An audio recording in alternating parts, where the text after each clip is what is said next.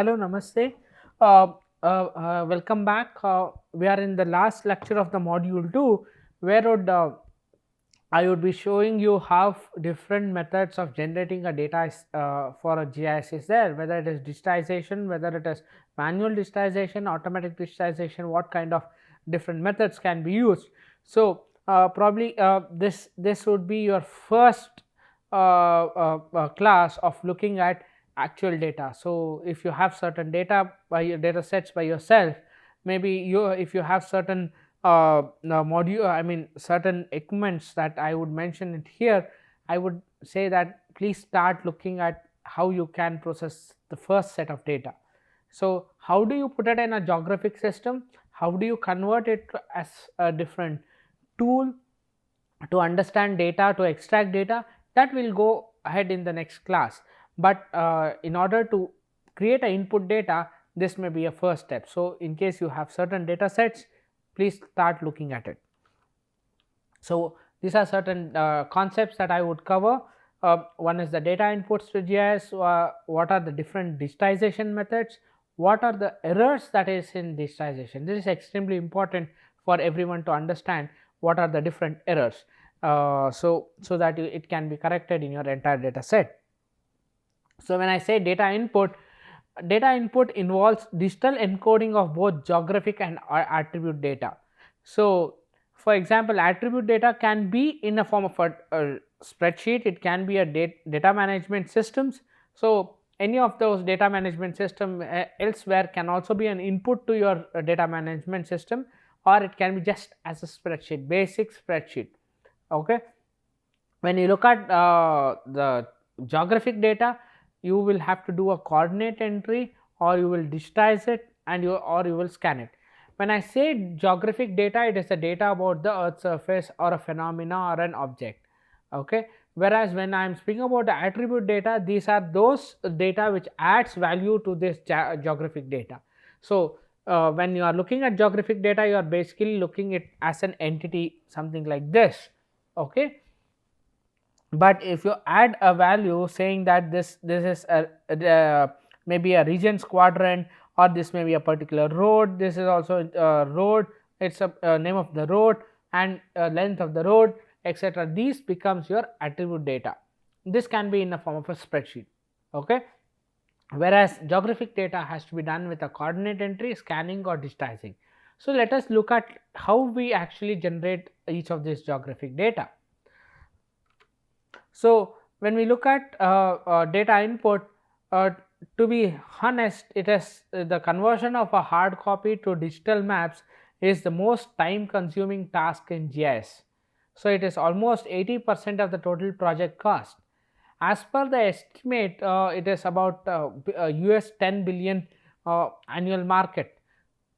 So, when you look at US dollar 10 million annual market, it is extremely big. Conversion of any hard copy digital maps, for example, the maps that is in 1970s, 80s, etc. So, these are extremely important in terms of understanding the evolution, temporal evolution of the Earth's surface. Then these are quite labor intensive. You need some extremely talented youngsters looking at the data and digitizing it. It is extremely tedious and error prone. So, you may have a lot of errors. So, when you are creating data using this conversion of a hard copy, then it is extremely error prone, because most of the hard copy data or hard copy maps will have huge amounts of data. If, maybe even you will not be able to look at it more, I mean the way it is printed. So, that is extremely important, that creates an error basically. Then database development sometimes becomes an end in itself, because it does not know how the database has to be created into a how the data model has to be created. So, understanding this, the first way of your data entry is in a form of a keyboard. So, when we are looking at a keyboard entry, it is basically the coordinate data, maybe like a lat long coordinates that you enter, that's shown something here. Okay. So, from it may be from a gazetteer, listing of place names and their coordinates. It may be from a gazetteer, it may be from your census data, listing of name and coordinates from locations recorded on the map. So you take a map, you start entering in your keyboard different locations and different coordinates of each of these locations, the xy value. So this becomes your first step of data entry. It may be from a keyboard, just creating a Excel sheet, or use sophisticated systems, something like a global positioning system. We will speak about global positioning system, how it works, how different systems are there, India's own indigenous systems, etc. But as of now, GPS are handheld devices which can receive certain frequency of wavelength of spectrum in order to measure distance, the geographical locations, etc. So these geographic positioning system has also evolved over a period of time. So in order to give us better data, better inputs of data, now you have extremely efficient systems in order to measure this data. It is dependent on what frequency actually the signal that your device is receiving, whether it is a frequency that has extremely precise positioning, or it is just a standard positioning frequency. We will look at all of these when we look at GPS. But when you are looking at global positioning system, this determines the current position based on signals sent by a number of satellites. So as in theory, we need at least 3 to 4 satellites. Normally it's a 4 satellite signals in order to give us a exact location on the Earth's surface. So every place, if you look at the forest cover, it's extremely different. If you go into a forest and try to get a GPS signal, it may be extremely difficult to get a GPS signal inside a forest because of its cover. So looking at such instances, there are certain issues that GPS can also provide. That's a disadvantage of GPS. You should have a clear sky, so it may not be possible in a crowded region to get the GPS signals. Even for example, in urban form where it is completely crowded, your GPS may not work as efficiently as it has to be. For example, when you have certain mobile sets that you have GPS built in, assisted GPS built in, you can see that your positional accuracy is completely different from what is shown on your map. When it gives an accuracy of up to 1 kilometer, 500 meters, 600 meters, etc., because the signal accuracy it may be certainly bad. So GPS signals can be converted into a digital form. You go to the field, you collect the data, you get back from the field. The same can be translated into the coordinates or into an Excel sheet by just a bit of conversions. That now you have a lot of softwares which are bundled with this GPS systems, which can easily give you the geographical data as it is. So now as cheap as 6,000 to 8,000 you get handled GPS, and moreover you have extremely good assisted GPS in your mobile phones. But only thing is that this assisted GPS should be on a precise positioning which is normally not there, and your whatever the data systems are there, that should be extremely good. So most of these signals are actually calculated through your wireless stations that are there around you. So the next part is manually digitizing. This is using a digitizing tables. So something like this, probably when we started looking at GIS. So this is how we started with the digitizing tables. In today's context, this doesn't exist. No one uses such tables in order to digitize it. So these can be 25 by 25 centimeter of tables to 200 to 150 centimeter of tables. So you have a digitizer. So if you see in this person's hand, this is a digitizer, okay, which has electronic signals. As you move and click on that particular position, based on single click it gives you a point. If you click and move on and stop at a particular point, it gives you a line segment. If you move for the entire polygon, it gives you the entire polygon. So that is how you start digitizing using the manual digitizing tables. So this is extremely tedious. If for example, if you have, let's say, a city map, extremely overgrown city of any Indian cities, if you have a city map, it is extremely difficult for you to identify an entity and put it using a manual digitizer, and takes a huge amount of time and effort. Then how do you, if someone asks me how do you digitize, yeah, each of these, first you fix a map or a aerial photograph on a digitizing table. In case someone wants to use it and has this facility, please look at looking at traditional ways of how it started digitizing is also important and maybe useful. Select control points, that's using a tick. Okay. Easily identifiable points with real known word. For example, as I pointed out previously, the framework data. Okay, maybe in roads that are intersecting, or you have very well known road segments, or certain points which are extremely identifiable in a map. So in the real world, so, and that things that have not changed over a period of your study, so these can be your control points. So please look at it more carefully, because control points define how accurate your data is, otherwise you will not be able to get an accurate data. Then trace features to the digitize with a pointing device. So you go into, for example, let's say I am trying to digitize this, I'll start tracing this particular feature. Okay, when I say point click a position where the direction changes. Where if it's a stream mode or line mode, your digitizer automatically records at regular intervals. Then if it is a stream mode, only thing is that when you look at the point mode, it requires extreme well judgment by the user. For example, let's say I am trying to click on yes here. Okay, if even a slight change will change its geographic coordinates. Okay, so that has to be looked at, because that's a point, it's a single point. If you click, it's done. Fine. So when you are looking at a stream mode, it creates a lot of redundant coordinates, because you are trying to push it something like this.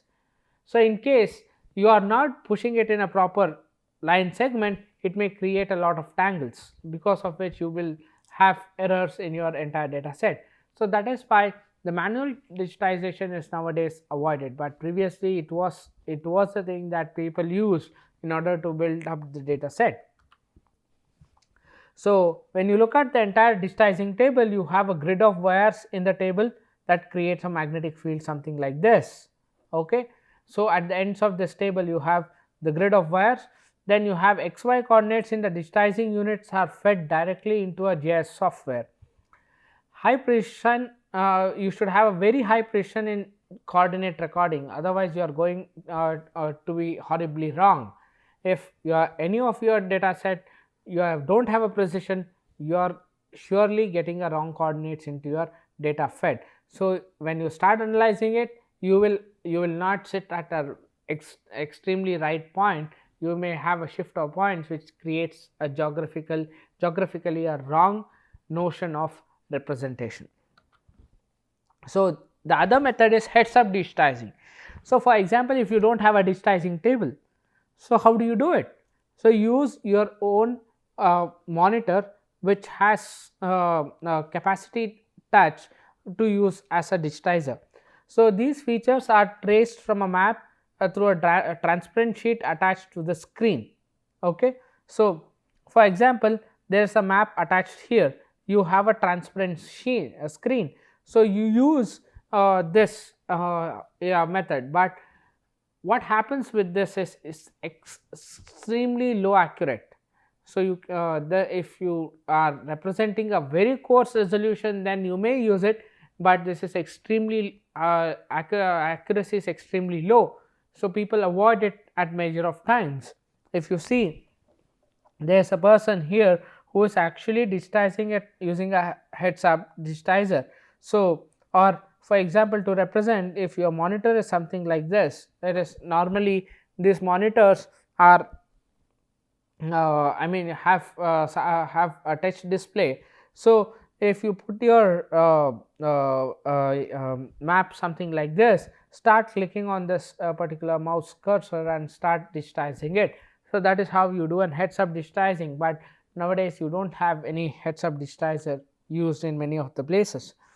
Okay, so heads up digitizing can also be done something like this. There is a scanner that keeps running and creates raster images. Is one of the images that I have seen, I have gotten Google. These systems are never there in last one and a half decade. People have stopped using such devices.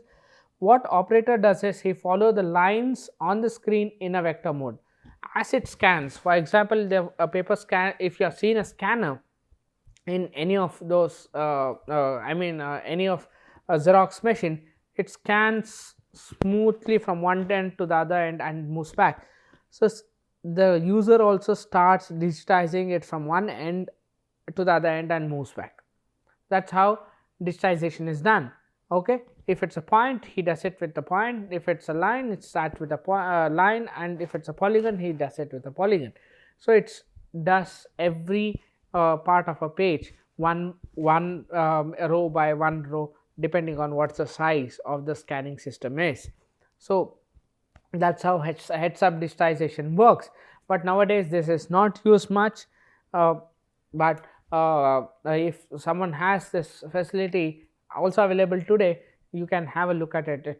It's actually a good experience of understanding how digitization happens.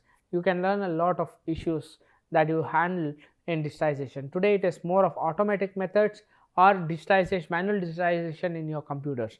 I'll also give you some examples of how you digitize. You have at least one practical class where you actually do the entire digitization of your map. So that would be given as one of those I mean practice sessions that you may have to look at if you have to understand it better. So when you look at digitization errors, this I have already shown you before. The first error that you see is undershoot, which you can see here. There is one line segment here, there is the other line segment here. So but this line segment for to be exactly correct has to fit into this particular segment, or if it's a road that is crossing something like this, okay, this has to fit in something here, but it is undershooting by this amount. That's called an undershoot. So whenever you are having a digitized error as undershoot, this has to be corrected before you processing it as into a database. Okay, then you have overshoots. For example, this particular line has overshooted this particular point. Then you have dangles, something like this. You have two line segments that had to meet, but it is dangling. It has it is separated by a space vertically or horizontally. So that's called dangling. So that has to be corrected. You look at which data reference is correct, and correct the other vector data under the line segment. Then you have spurious polygons.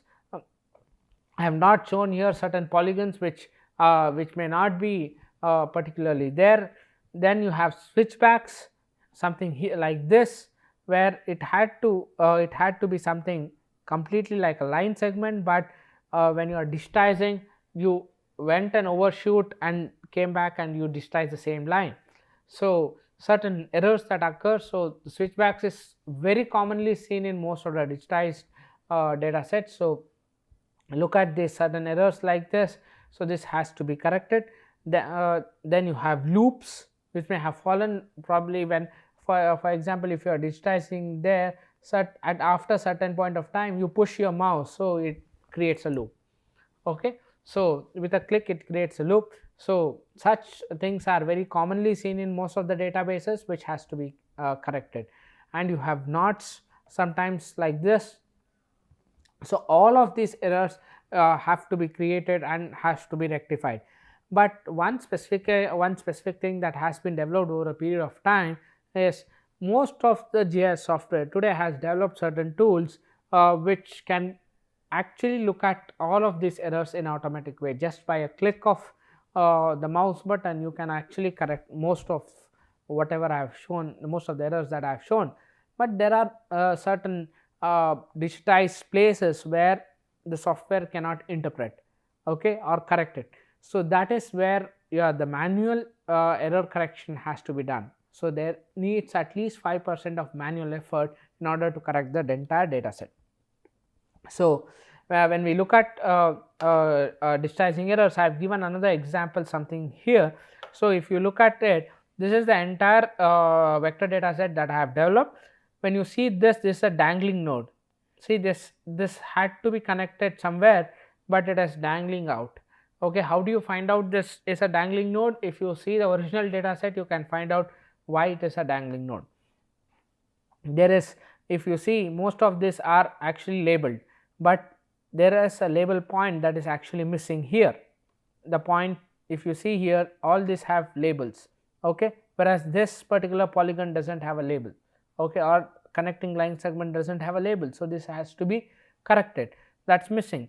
So when you see very carefully here, okay, if you see this in a more careful way, this particular line is crossing and not setting up the node. That is also a mistake that has to be corrected. Each of these line segments have a node, so this node has to be connected. So there is that's another mistake. And when you see this entire thing, when you are creating a particular line segment, you have clicked somewhere in between and create a node, that becomes a pseudo node which has to be corrected. So these are certain errors which are surely would be there in your entire data set. So please look at some of these nodes. There is overshoot here, it was supposed to stop here, but it went on across here. This is an overshoot, and when you see this, there is an undershoot. So all of these things has to be looked at if your data set has to be proper.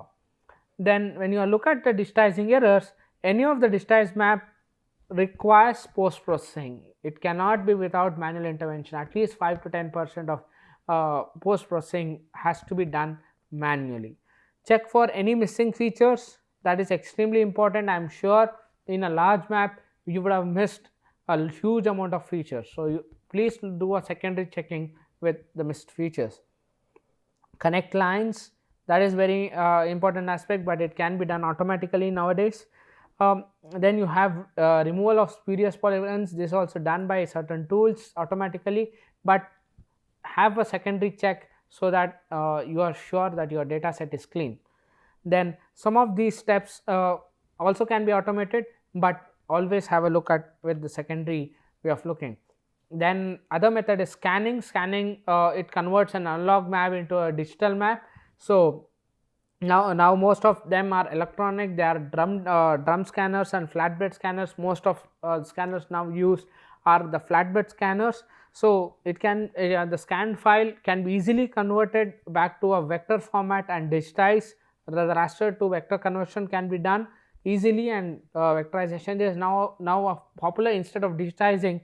This is the most popular method now used by various researchers across the globe or practitioners across the globe who are converting the hard maps into a digital format. So this is more easier and less cumbersome in order to convert a hard map into a digital map. So normally a scanner output is a raster data. It usually needs to be converted into a vector representation. Manually is done by on-screen digitization, where you have we will also look at how manually we can create. We will use in a practical class, we will create one map manually so that you understand how the vectorization is done. But nowadays, once you have a raster data, most of the process is automated. So raster to vector conversion is done, then you have line tracing. There is an software which is called as MapScan, can be extremely useful in such issues.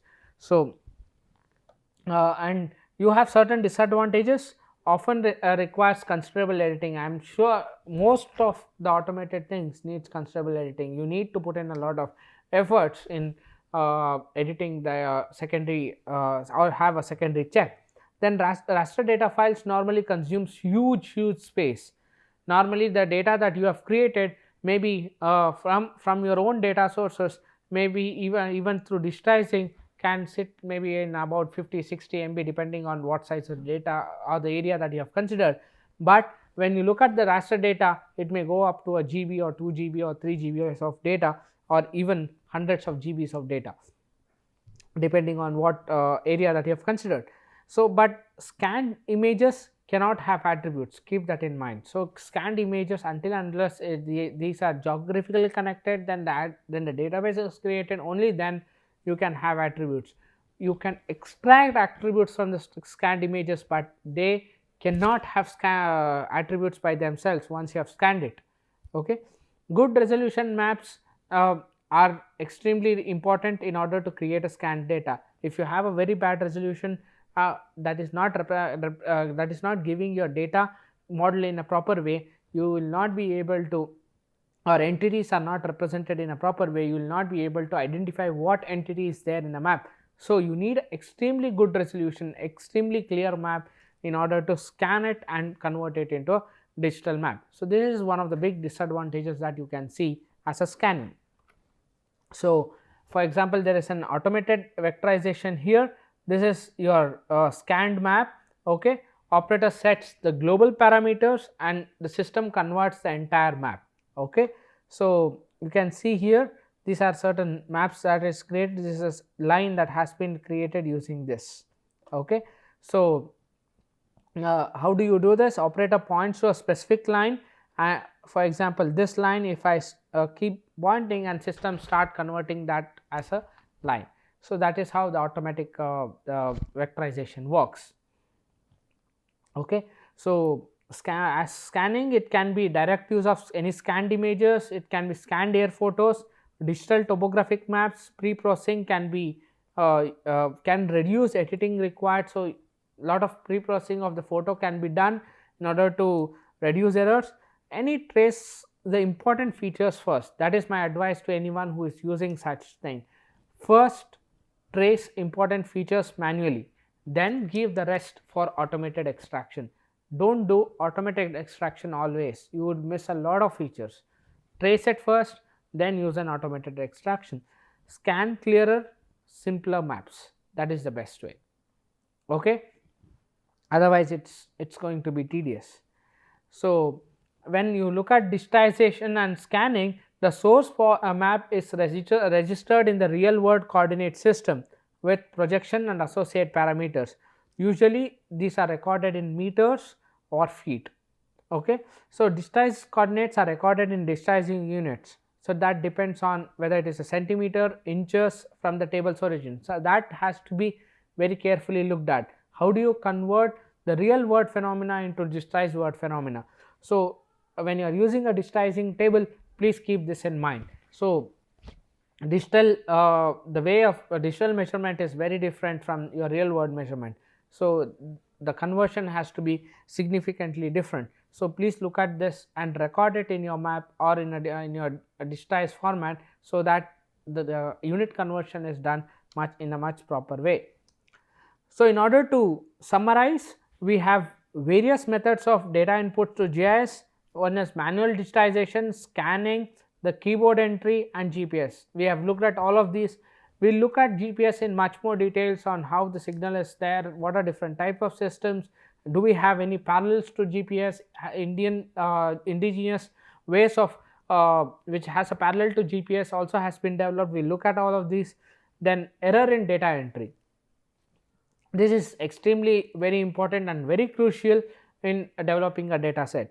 So, the manual error that may creep in, then you have digitizing errors and inconsistency. So, all of this has to be addressed before you have a data set. But my suggestion is that please go into certain data repository which I have already explained. Even it can be your data.gov.in. Download certain data sets, small data sets. I do not expect it to be extremely big data set. If possible, look at how the data is there, look at the data, get a feel of a data. So, that is the first way of learning your data. If you understand the data, have got a feel of data, then you know what is there on the ground. If possible, visit that place. That is how you start looking, you start being a GIS person. So maybe take up this work, look at how you can get different data sources, different data, and look at how you can manage the data. Thank you very much. Let's meet in the next class, wherein I would look at the next module of lectures. Thank you.